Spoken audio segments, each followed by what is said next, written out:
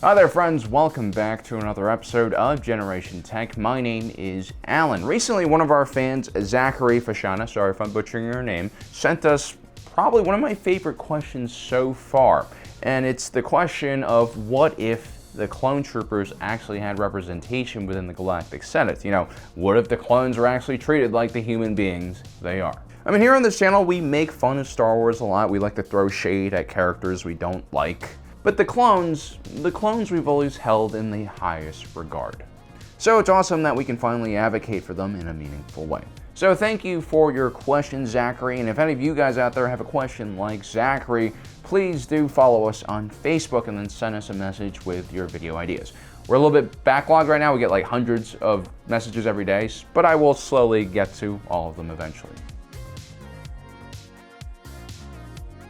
So the clones of the Grand Army of the Republic, despite being 100% human, are not necessarily afforded all of the luxuries and rights that other humans in the galaxy and lesser species are afforded under the Galactic Constitution. Yes, the Republic has its own constitution, just like our own Republic, and it does the usual things, like describing the different powers that are given to each branch of government, along with important laws that protect the core principles and values of the Republic.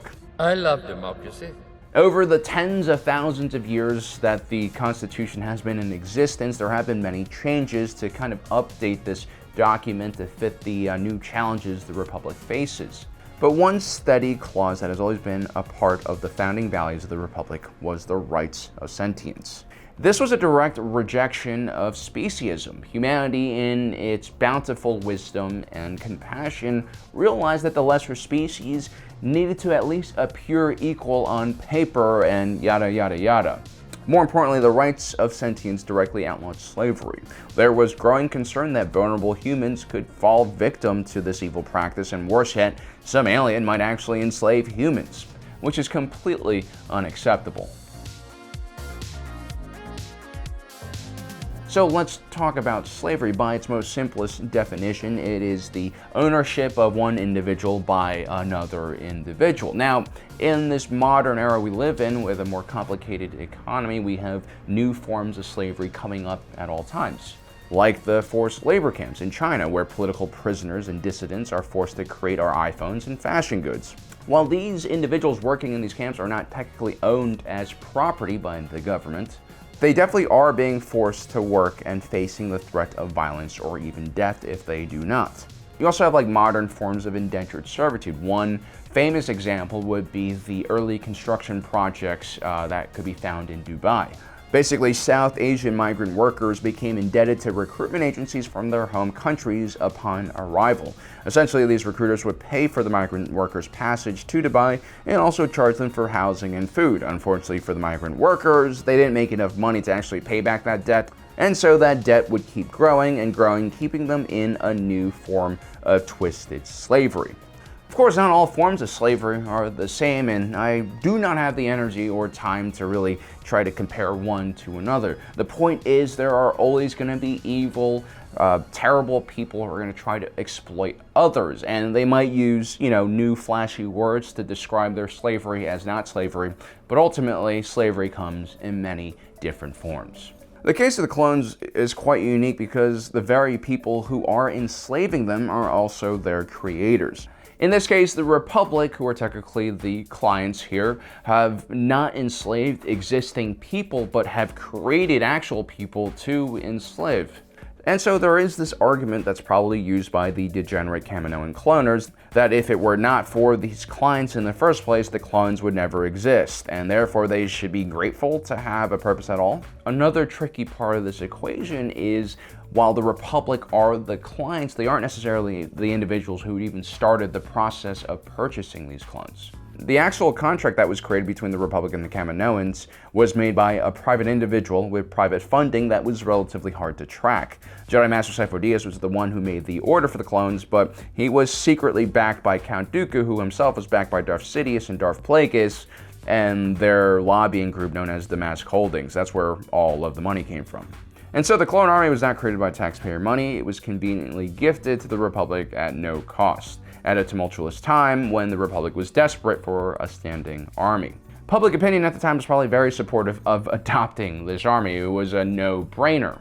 So are the clones slaves? Well, by the classical term, there's never a mentioning of ownership of individual clones. Although the Kaminoans have claimed that they still maintain ownership over the proprietary technology they use to create the clones, including their genetic information. You could say that the Republic technically are the owners of the clones, but as owners, their method of controlling their property is similar to any other military force. Individuals who desert their post without permission end up getting arrested for desertion. So I guess this is kind of like forced prison labor in one way, but one could also make the controversial argument that conscription in the United States during the Vietnam War has some similarities. Some famous individuals who refused to fight, like Muhammad Ali, were made into examples and imprisoned.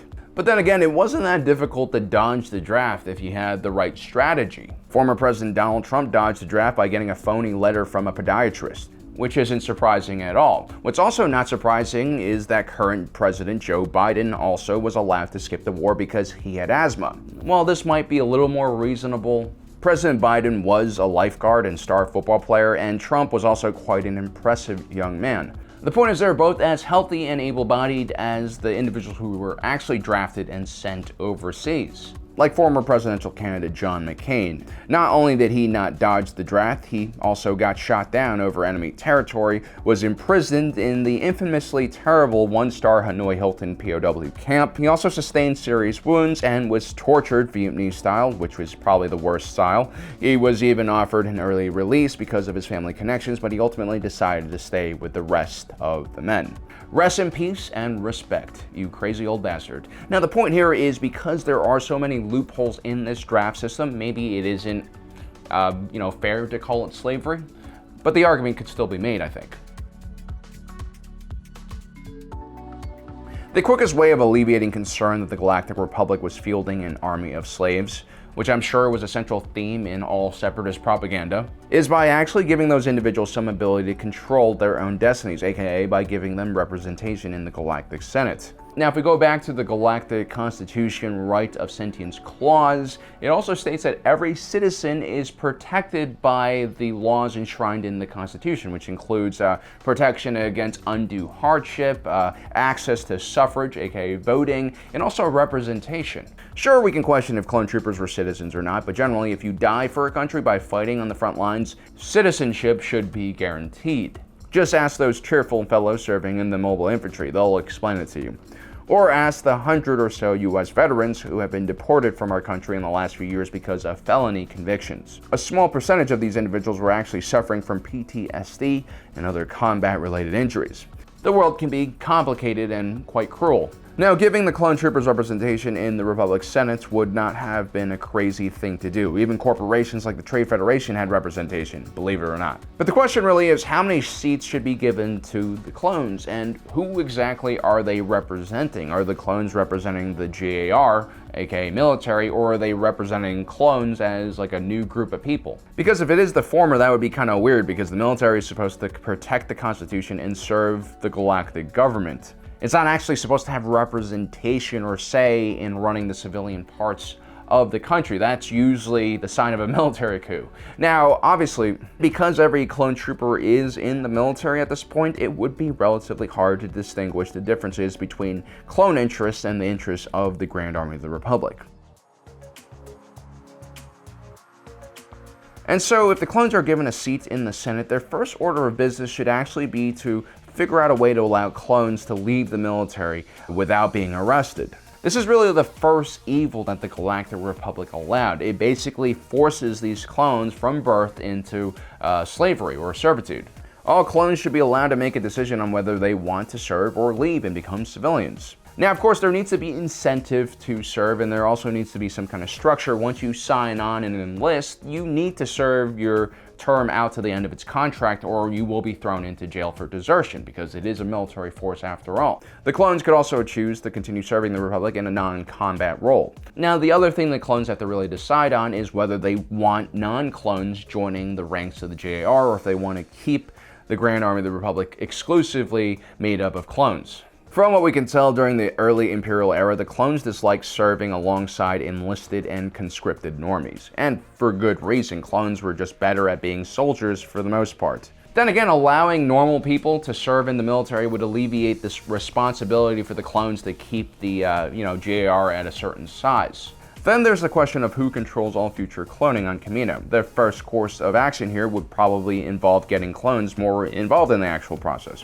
You really can't trust those degenerate Kaminoan fish heads. They're basically a bunch of dolphin-like super analytical psychopaths who are only interested in results. They don't really understand humanity, and they have the same capacity for empathy as my microwave does for frozen TV dinners. So I say purge the Kaminoans. No one will shed a tear, and I heard their skin makes great leather gloves.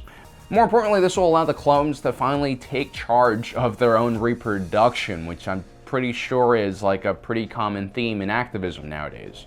Now, you might be asking me, Alan, what will ensure us that the clones will continue to rise up to the challenge of protecting the galaxy? Well, I would just say look at their carefully crafted DNA. The clones, at the end of the day, are bred to protect and serve the Republic. If the Republic has a meaningful and fair relationship with the clones, I don't see any reason why their mentality and view on this subject matter should change.